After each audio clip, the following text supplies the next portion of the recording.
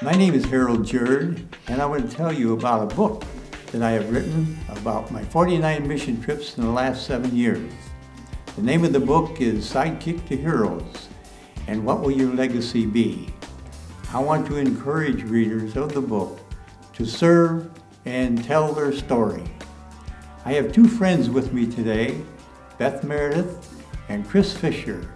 And Chris, would you tell us your story?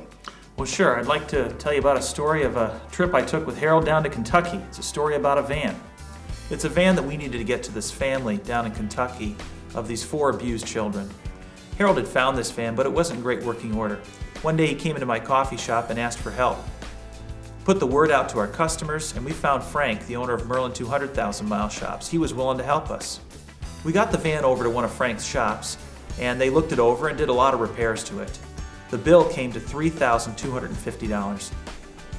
We didn't know how we were going to pay this bill. We went to Frank and said, "Frank, is there any way you can help us with this bill?" He said he could do even better. He got rid of the whole bill for us. It was truly inspiring. This story is really stuck in my mind as a story that has encouraged me, and I hope it encourages you. You know, before I met Harold, I really didn't have a story to tell. Now I have plenty of stories to tell. Stories of how God has worked in my life and in the lives of others. This gives me the opportunity to tell people about God and how He can work in their lives. If you need more encouragement and inspiration, please visit Harold's website and also buy his book, Sidekick To Heroes. I've known Harold for over 20 years and have gone on several trips with him, such as Costa Rica for construction to build a church, Haiti for construction and teaching, and Kentucky to turn a mobile home into a house. The trip I want to tell you about most today, though, is my trip to Haiti, most recently in February of 2009. The thrust of the trip was teaching the sewing, art lessons, and construction. The most difficult part was, as in life, knowing that things don't always go as planned. But, as I say, this gives God an opportunity to show up and show off. And with each trip, that opportunity arises. The challenges that we had this time in Haiti were to keep the sewing machines working, work without translators, and to have the girls sew their school uniform skirts. We didn't know if they would be able to use them or not. We asked them several times, would you wear them? Could you wear them?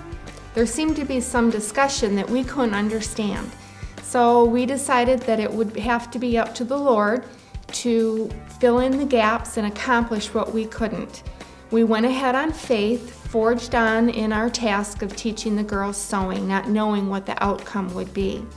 Well, on the last day of our sewing, as the fabric was flying and everyone was trying to get their projects finished, we were asked to come to the patio.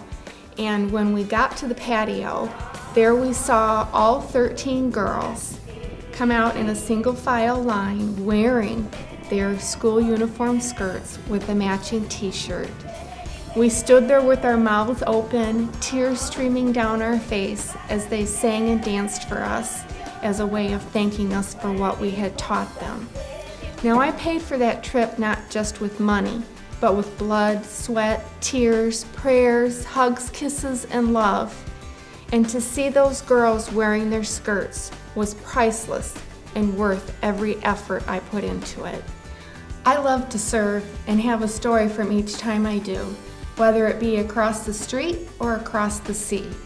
Like Chris, I encourage you to pick up a copy of Harold's book and get inspiration to serve. What will your serving story be? I want to thank you both for telling your stories today. And in my book, I have what I call one-liners.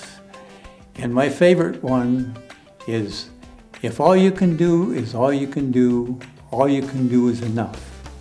And when Jesus went to the cross, He did all He could do, but all He could do was enough. And that's why we have the great salvation that we have today. So start serving. Don't just aim to do it. Pull the trigger and serve and tell your story. Don't waste the years like I did.